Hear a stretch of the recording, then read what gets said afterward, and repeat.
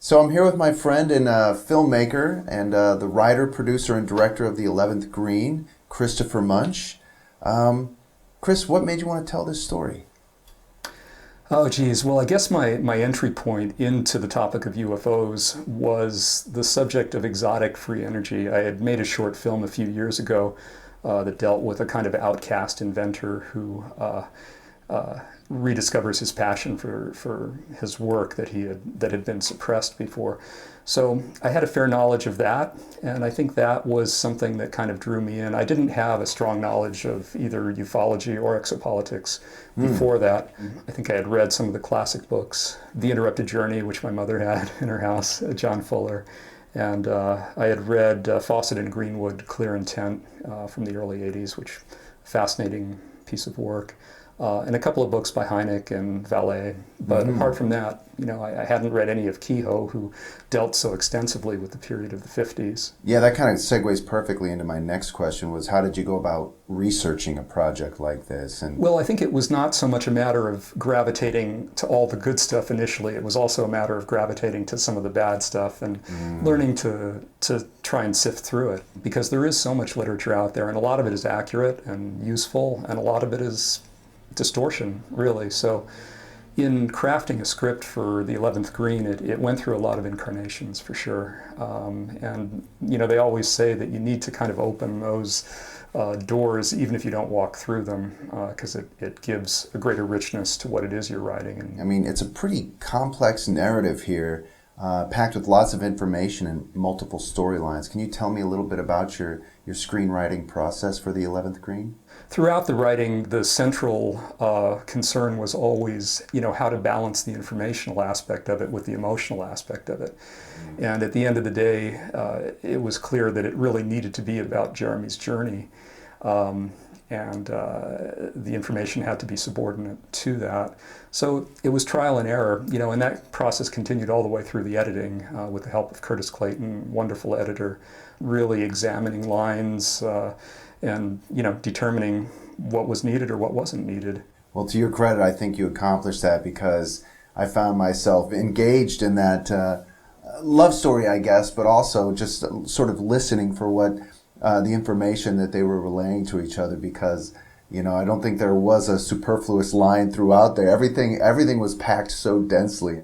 So I would imagine casting a president wasn't an easy task. Can you what particular qualities were you looking for in regards to Eisenhower and Obama, and how did you achieve that?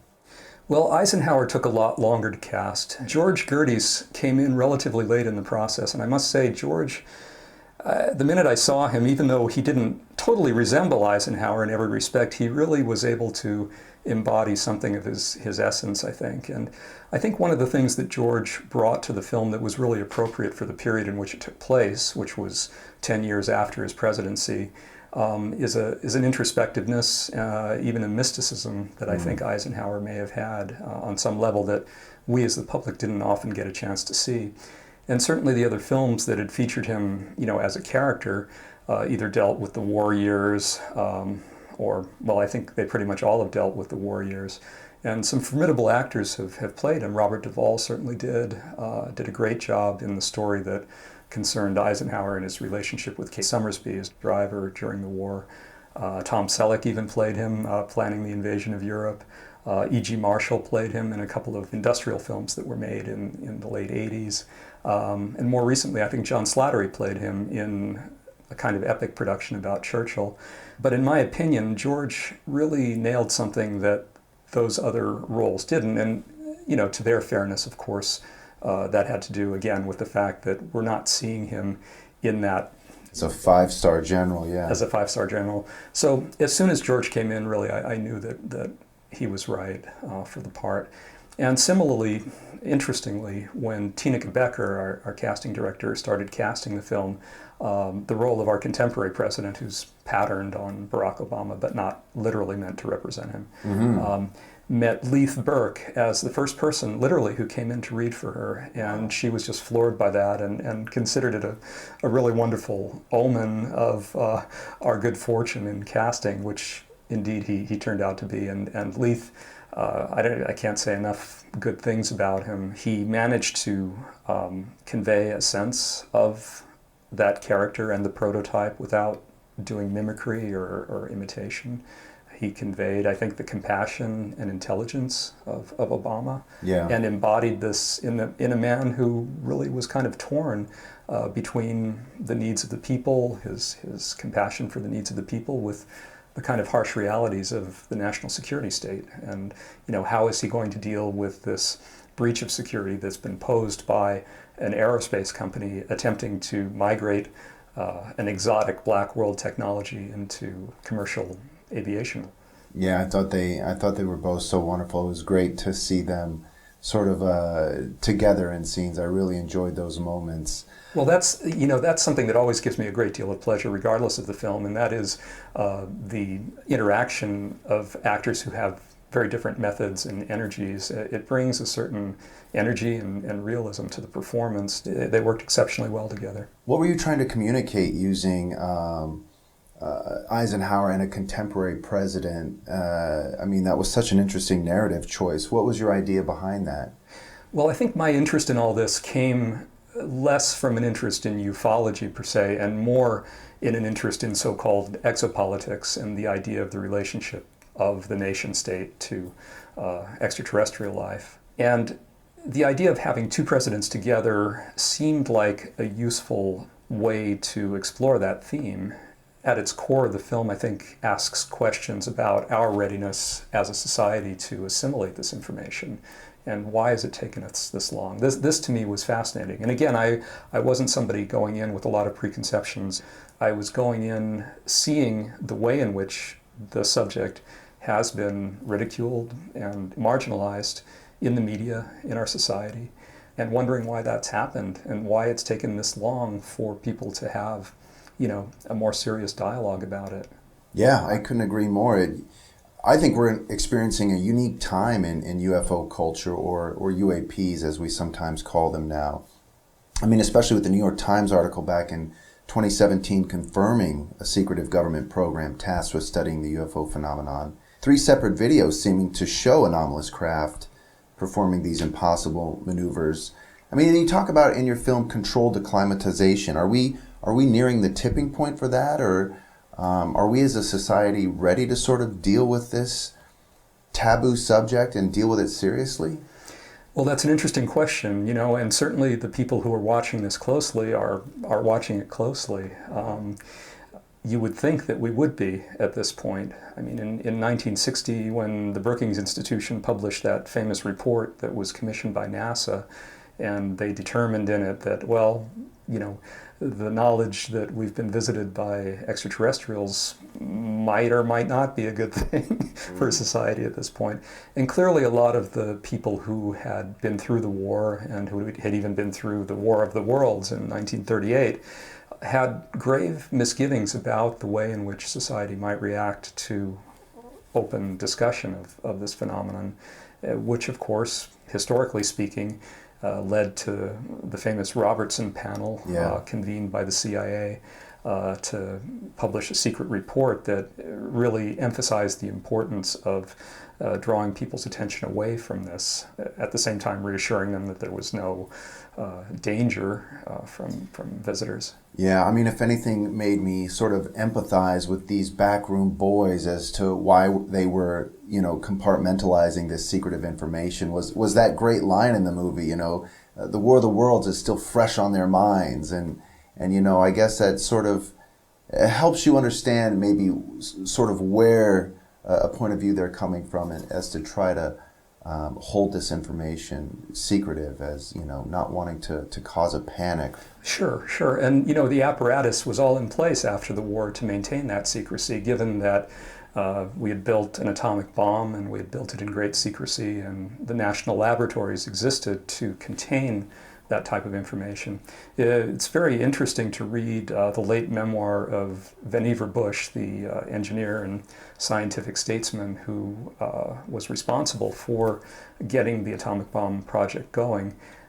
He describes in it very clearly the way in which he went around Congress and went around the military and went directly to President Roosevelt to form the OSRD, the Office of Scientific Research and Development, I believe in 1943, which enabled the bomb project to go forward.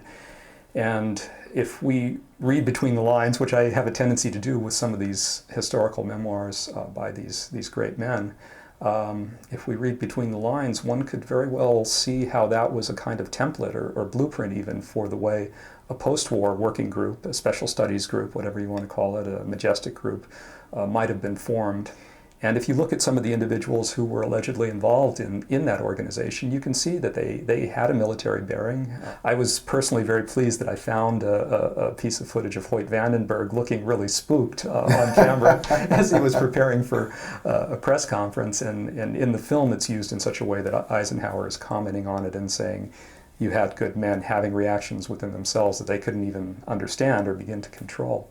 And we see, Vandenberg looking around, and he famously, of course, quashed an estimate of the situation that was issued in 1948 about these flying saucers because he didn't like the conclusions of it. Yeah.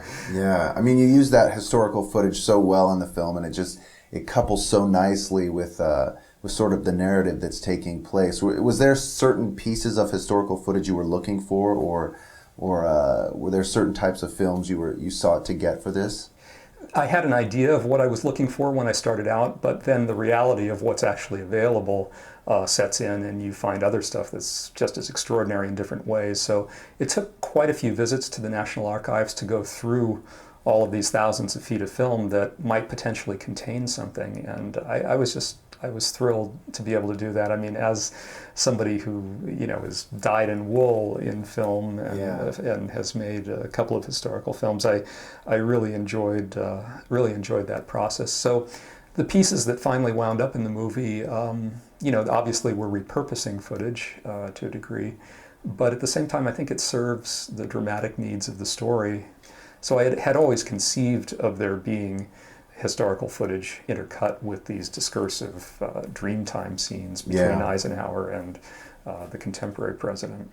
Yeah, it plays such a role, just that film canister as this sort of smoking gun that Jacobson's trying to pass off to Jeremy's characters, almost saying, hey, why don't you give this a try, see where you can get with this. Well, that was sort of the idea of, every ufologist's wet dream of being handed an ICC case with, 3 big reels of classified footage that somebody had stuffed in a paint cabinet in their house. Well, and I love how they go to the local film house, which is probably the only place they could watch a film like that. Well, that's quite a landmark, Shields Date Garden in Indio.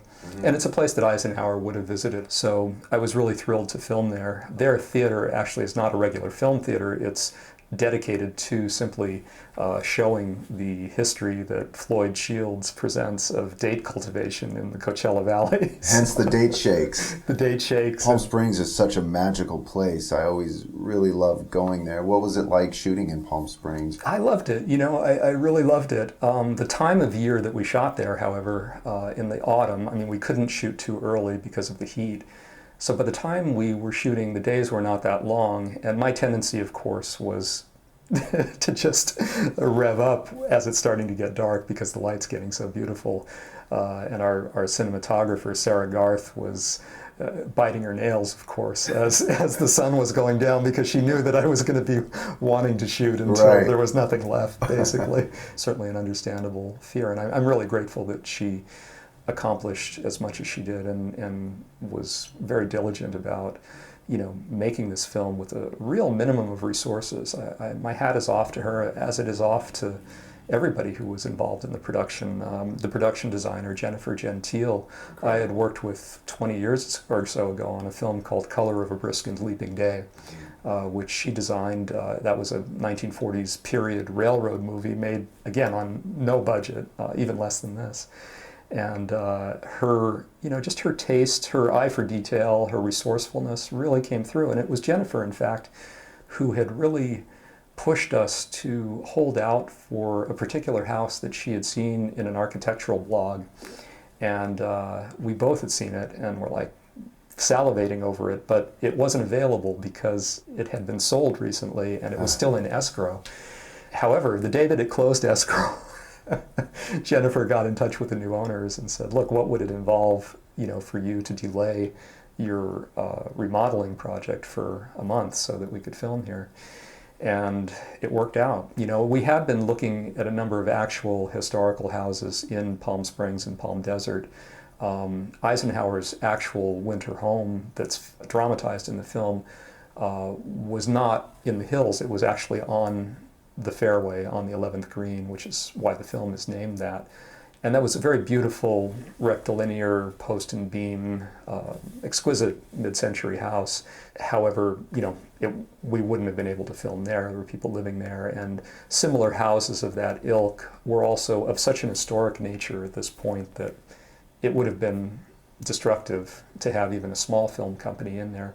So the fact that we found a house that was scheduled to be not destroyed but fully remodeled was a huge godsend, because we could do whatever we wanted with it. And Jennifer and her small group of associates, I think, really did an exceptional job of dressing that and giving it personality, and at the same time benefiting from the fact that it was a time capsule, in essence, that had changed very little. It had only one owner since it came into existence in the late 50s. Well, I would agree. I mean, it was eye candy for me. In your movie, Lila Parnell's character, April, she asked Campbell Scott's character, Jeremy, if our government has treaties with aliens, who's ready to hear that? What does that mean for our civilization? So I want to pose that question back to you. What does something like that mean for our civilization? Well, I think what Lila's saying there kind of echoes what we hear from many quarters, where there's a tendency to conflate the extraterrestrial hypothesis with the reality of UFOs. And so I think Lila, when she's talking about treaties with aliens, she's reaching for one of the more extreme phrases, perhaps, that she's heard. But it does pose a very important question. If something like that, so profoundly important to humanity, has been secretized, to use that word, what does that mean, and why has that happened? And this is at the core of my interest in this storyline, humanity's organic readiness to assimilate the information.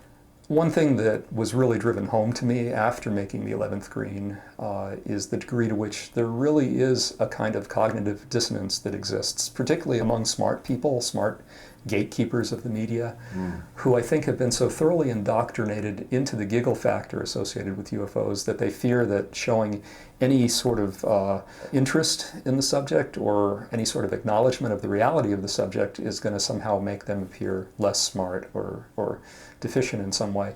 And in that sense, the cultural aspect of the phenomenon, the indoctrination aspect, has been very thorough. And I believe it was Leslie King, the author, journalist, who was largely responsible for those New York Times pieces between 2017 and 2019, who wrote in her book the degree to which the UFO phenomenon has been marginalized, and the ban on taking it seriously is so effective in our society that it's like an efficiently metastasized cancer. Yeah.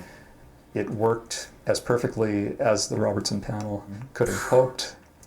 We have a lot of reckoning to do, I think, with this phenomenon. Not even with the most extreme aspects of it, like what Lila talks about, the proposition that there were treaties entered into between us and them. Yeah. And even I'm laughing at the idea, although I take it seriously. Even just getting the public to accept the basic reality that there are UAP in the sky, and that some of them are physically solid, that leave traces and are measurable even within standard physics. Getting people to take that seriously is tricky. And that's why articles like those New York Times articles recently have played a really important role, because they've presented the information in a non-sensationalized way and in an understandable way, and they draw a clear distinction between these traces and sightings and the so-called extraterrestrial hypothesis, so that you can subtract out, if you need to or want to, subtract out the giggle factor associated with ETs and simply look at the hard reality of these aerial phenomena exhibiting extremely unusual flight characteristics. Yeah. The UFO community does sort of exist in two camps. You have that sort of nuts and bolts camp that feel that these are, exotic metallic crafts piloted by extraterrestrials. And then there sort of exists another camp, which is, you could call it the interdimensional hypothesis camp, which, sort of guys like Jacques Vallée championed, or I've sort of started to call it the consciousness camp, which moves into that these are sort of projections or manifestations that just appearing as UFO, but they've existed long back through time and have sort of transformed their appearance is the way they're presenting themselves to us. Can you talk a little bit about those different ideas? I would agree with that idea that most of these phenomena that impinge on our reality are extra-dimensional in some way, because certainly the prospect of some sort of metallic object traveling at light speed is not tenable. How do you avoid hitting something? So there has to be some sort of wormhole or some sort of way to manifest from other dimensions into ours. But again, it's a hard pill for a lot of people to swallow who have enough trouble even thinking about something physical and solid landing, much less something that is coming in and out. But clearly from some of the photographic evidence as well, they do exhibit certainly extra-dimensional characteristics and phasing in and out of our layer of reality. I think that is the most likely hypothesis to be accurate with respect to most, not all of it. You're right, it doesn't seem to be mutually exclusive. It brings in questions like, what is our knowledge of time or even of the human mind? There's still a lot of exploration to be done with some of the concepts I think we're dealing with as just humans before we start dealing with sort of these outer manifestations, whether they're extraterrestrials or interdimensionals. There's I guess a lot of work to be done here at home. That's a really good point, Bryce, yeah. And I think that also some of the strangeness factor associated with close encounter experiences can be attributable to the fact that some of these living beings are originating outside of our system, and the way in which they impinge on our system, the way in which they present themselves is maybe not perfect. Yeah. I guess sort of a postmodern approach would be to quit asking what these UFOs are, as opposed to what are they doing to us as a society, and how would you respond to that? I think that the first question anybody has to ask is, how is this affecting me? What are my feelings about this event? Certainly anybody who's had some sort of close encounter event, whether it's a sighting or something more than that, it seems to change them profoundly for the rest of their lives. And, what does that change mean in terms of personal growth, in terms of human potential? What does that mean? How do we evolve utilizing that constructively? And I think there's also a great deal of potential for communication with these beings in an unconventional way, channeled communication, and the whole contactee phenomenon of the 1950s was a very real and important thing, where people were receiving messages of peace and goodwill and so forth. And the beings from whom these messages were originating were not necessarily presenting themselves physiologically, but they were presenting ideas that were useful, that often tended, again, to be marginalized or reduced to ridicule. But it's definitely worth thinking about those concepts. Here's a question for you. Did you keep Eisenhower's and do you sleep in his 5-star pajamas? I'm not sure what happened to the 5-star pajamas. Those are so great. It's like such a great detail. You're like, I could totally see him wearing 5-star pajamas.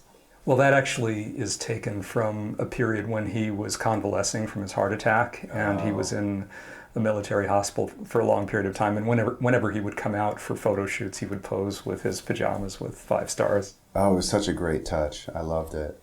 For somebody who's interested in the UFO subject, what's a good way to go about separating good information from disinformation? I think it's a process that everyone has to go through, and a lot of it really is about this idea of integrating the presumed reality of the phenomenon with who you are as a person, and acknowledging that this is a part of our history as humans, that we need to reckon with in some way or another. But I guess the recommendation is to read as broadly as possible and to read the good stuff. Read Kehoe from the 1950s. read John Fuller, read Fawcett and Greenwood, read Jacques Vallée and Keel and Hynek. Yeah. A good starting point also is something like Richard Dolan's UFOs in the National Security State. He's done such an outstanding job of culling from other historical authors, and in particular the first volume, which deals a lot with the 50s, is extremely valuable because he quotes Kehoe a great deal, and Kehoe's books themselves are not that available. Well, and I think he's more of a historian first and ufologist second. That might be switched around today, but it certainly helps, and yeah, I love his stuff. A good barometer for me has always been, because I've had it must be a lifelong interest in this subject, but it seems to me, if anybody seems to have a claim of total knowledge of what's going on, who the actors are, what the intentions are, and claiming that outright, well, then I somehow get a sense of distrust in what that person is selling, for lack of a better word. And I just have this idea that nobody, can claim or lay stake to that they know exactly what's going on. How do you feel about that? I would agree absolutely, and I think I would go further and say that among informants or informant whistleblowers, if you want to call them that, the ones who are most credible to me anyway are the ones who seemingly have the narrowest slice of information, since in that world everything is so highly compartmentalized. You could have people working next to each other and not knowing what they're doing, literally, and some of those insiders have said as much. So I think somebody having much less than the full picture is always a sign of credibility. You dedicate the 11th Green to James Forestall, and you write, who understood the significance of the events and sought to act honorably amid treachery. Do you perhaps feel that Forestall was, in a sense, our best hope at setting this thing right? I think Forestall was one of the wise men who understood that it wouldn't be possible to keep the secret forever. I think Harry Truman understood that as well. But as far as the details of Forestall's life, there's a lot of ambiguity surrounding the way in which he died, as I'm sure you know. Douglas Brinkley co-authored a fantastically good book about Forestall called Driven Patriot. And there are others as well. There's an unpublished memoir by his legal adjutant, Mark Sleva, that's really very much worth reading as well. And also thanks to the work of a diligent researcher, the Wilcutt's report, which was the report of the inquest proceedings about his death, is now freely available. It was unavailable for a long time. So I think that Forestall, and again, this is speculation because it's not written about, but I believe that as he saw the opportunistic groups working to secretize the information and working against the idea of gradual acclimatization, he accelerated even his own idea of what was needed. To me, the idea that he did what he did to prevent harm coming to his family made him heroic. And to me, the idea that he understood that it was a part of our collective history and that we needed to know this, even if not right away, all at once, made him heroic. Yeah, it was, I remember when I originally read the script, it was a scene that stuck out as just so chilling, and it translated into the filmed version as well. That scene when he's in his bed is just, yeah, it's just so disturbing. That was played so greatly by Ian Hart, whom I know you've worked with in the past. What was it like working with Ian again? Ian Hart is a great actor, no ifs, ands, or buts about it. And I was fortunate enough to have worked with him at the outset of his career when we did a small film in Spain together called The Hours and Times. And then almost 30 years to the day after that, he came out to Los Angeles to shoot his scenes with me. And I always envisioned him in that role because he, at least to me, he had a strong resemblance to Forestall. And I just knew that he would be able to impart a great deal of subtlety and wisdom to the performance that would transcend the limitations of the number of scenes that he was actually in. Yeah, I agree. There was that shot of Forestall's bust and that statue, and I was like, oh my gosh, like it's uncanny almost how close he managed to get them to look alike. But well, it meant a lot to me that Ian Hart, who is such a good dear friend and somebody I admire so much, is playing a character who is so much emotionally at the heart of this movie and the themes of this movie. I want to talk about disclosure, or the idea of disclosure, for just a second. Is that a real thing, or is that a fool's dream, or what are your thoughts on the idea of the government disclosing everything they know about UFOs and or ETs, alleged ETs? The whole subject of so-called disclosure, I think, is a really complicated question. And to a degree, I fall into the camp that feels that clamoring for that type of release of information is really an extension of our sort of putting it outside of ourselves and, abdicating responsibility for assimilating the information. I think we really have work to do as far as determining how each of us individually feels about this and about our relationship to the phenomenon. Now, you could argue, how can we do that if we don't have factual information? But, there is a lot of factual information out there that has to be sifted through and gleaned. And even some of the information that isn't necessarily factual, literally, is factual enough that people can, draw some conclusions. I mean, it's interesting to think about the idea of disclosure in relationship to executive declassification, and the idea that a chief executive could conceivably have the power to declassify by executive order, which is what the film kind of postulates. However, as you and I both know, anybody in that position, his or her information is going to be limited a priori, simply because anybody who's an elected official is regarded as being a potential security leak. I think from the very earliest post-war days, the Special Studies Group was set up in such a way that it would eventually be completely autonomous and completely have nothing to do whatsoever with government, especially the chief executive, so that there could be maintained that plausible deniability for anybody who is an elected official. So one thing that fascinated me about President Clinton's report on radiological testing that came out in the 1990s is the way in which this almost seemed to me as if it could be a blueprint for disclosure of UFO information. It was a remarkable document. I don't know that a lot of people actually read it. It's a phone book-sized report that was done by a blue ribbon panel. And admittedly, by the panel's own admission, it was not comprehensive because it certainly left out a lot of the mind control experimentation, some of the more grisly aspects of that story that the intelligence community was involved with. But it did go to a remarkable degree in opening the files of these kind of sordid agencies like the Atomic Energy Commission. In that report, you see these agencies letting the information out, and you have to ask yourself, why is that happening?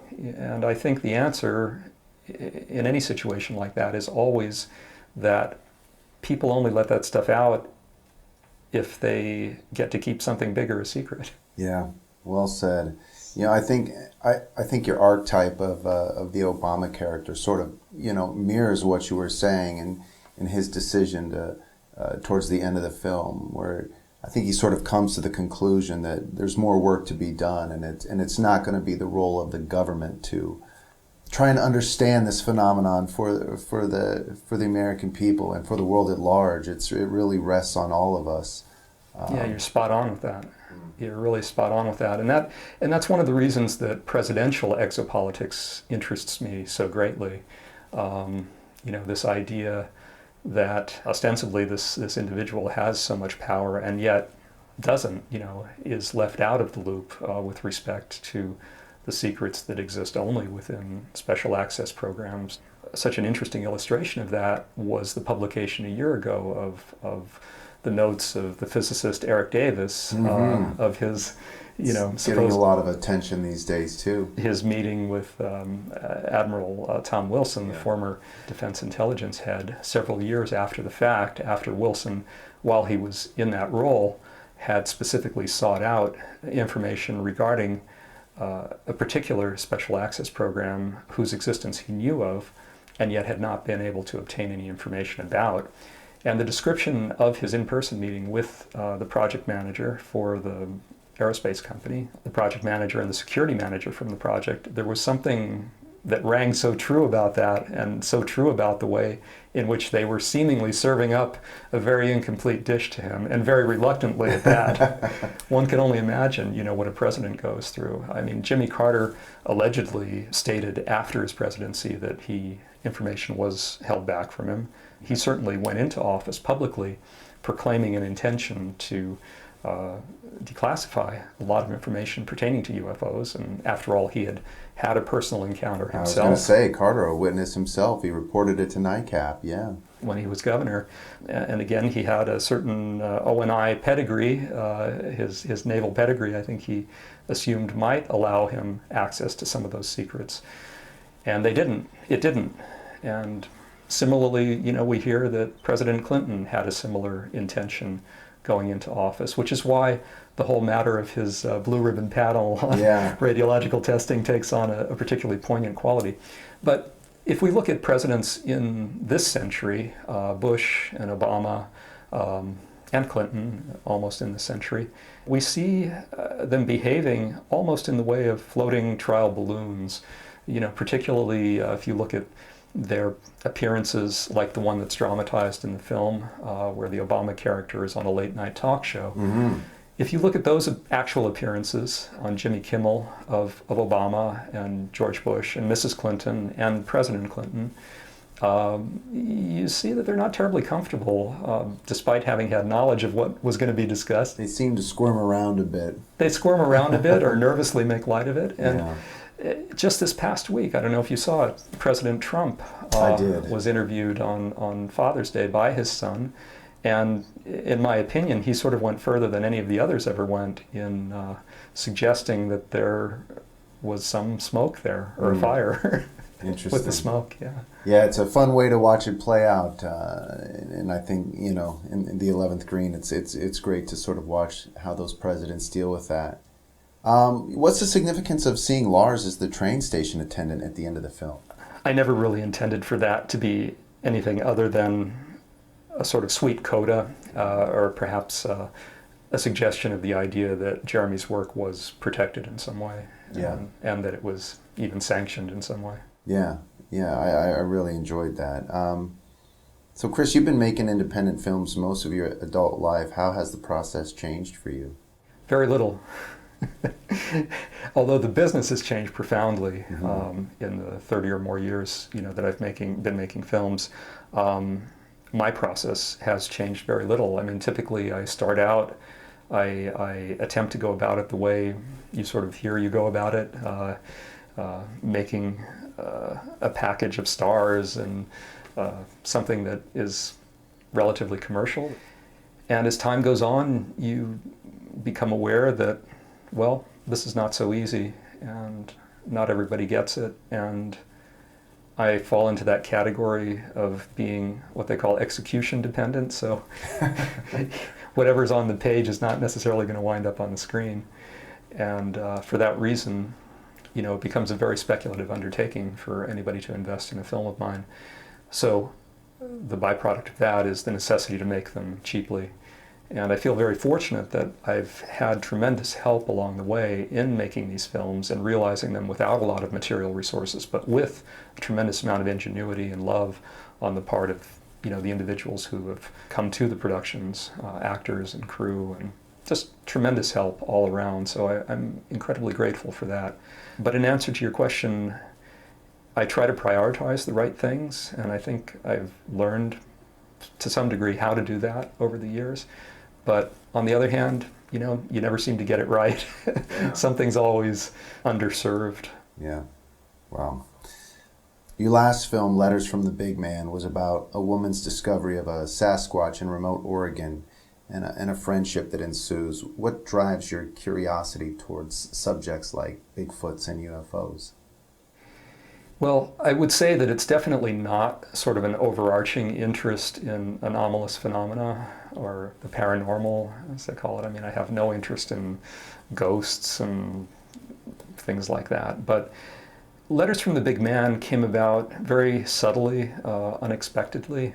It crept up on me, and I think a lot of my interest in the subject of Sasquatch grew and matured as a result of the particular geographic area in which the story takes place, which interested me a great deal. A very ancient wilderness in southern Oregon and northern California called the Kalmiopsis Wilderness that had come into the news because of a catastrophic wildfire that had precipitated a great deal of controversy over the idea of salvage logging after it was, finished. And it was one of those things where the USDA Forest Service at the time almost saw it as a test to see how far certain policies could be altered, to accommodate salvage logging. So visiting that wilderness, being in those environs, being in the land of Sasquatch, quite literally, really inspired me a great deal. And being in the forest and having had some really amazing anomalous experiences inspired me a great deal. And I would say that it was a very organic process, the way it came about. And similarly, I would say that the way in which the 11th Green came about was a very organic process. I was not somebody who had any significant interest in either ufology or the Eisenhower presidency prior to embarking on this. What really interested me in the storyline of the 11th Green and presidential exopolitics was the idea of how would this man, Dwight Eisenhower, who was a national hero, the supreme commander of Allied expeditionary forces during World War II, first head of NATO, president of Columbia University, president of the United States for 8 years, how would this man, who was considered not to have had sort of an overriding ego or predisposition to personal power, how would he have reckoned with events that happened during his presidency that might have involved visitation from other worlds? Would he have any regrets about that? And, the folklore goes that Eisenhower was offered certain technological help, but on the condition that it had to be applied on a worldwide basis. It couldn't be unique to one country or another. And Eisenhower allegedly felt that those over whom he was in charge could not accept that, since there was at that time an overriding emphasis on military superiority, and we were in a Cold War with the Soviet Union. Eisenhower felt that any sort of covert action that kept us out of a hot war was justified, and indeed some of his more regrettable actions in Guatemala and Iran, these covert actions have had truly lasting and detrimental effect. We're very much living with the consequences of some of those covert actions. Temperamentally speaking, I don't think Eisenhower is somebody who looked back a lot. He gave us some wonderful memoirs of his service, his years of service, with the help of his son. Nevertheless, I feel that Eisenhower probably did have considerations about what these face-to-face meetings meant and how he might have acted differently. This was the kernel of the story that interested me, the emotional what-if involving President Eisenhower, and the rest kind of grew out from that. It's interesting how you were sort of drawn into these subjects, and so John Keel, a legendary author and Fortean investigator, often thought that, when you looked into the phenomenon, it sort of looked back at you, and it, sort of hinting at a sentience there, and it's almost as if I like to think that the phenomenon drew you into these subjects to give it a voice, whether it be Sasquatch or the UFO UAP phenomenon. I just want to say thank you. I really enjoy your films, and especially about these subjects. And I think it'll resonate with a lot of people too. So thank you, Chris. Thank you, Bryce. Yeah, and I feel the same way about your work, that you provide a really valuable and grounded perspective thanks. that people need to hear.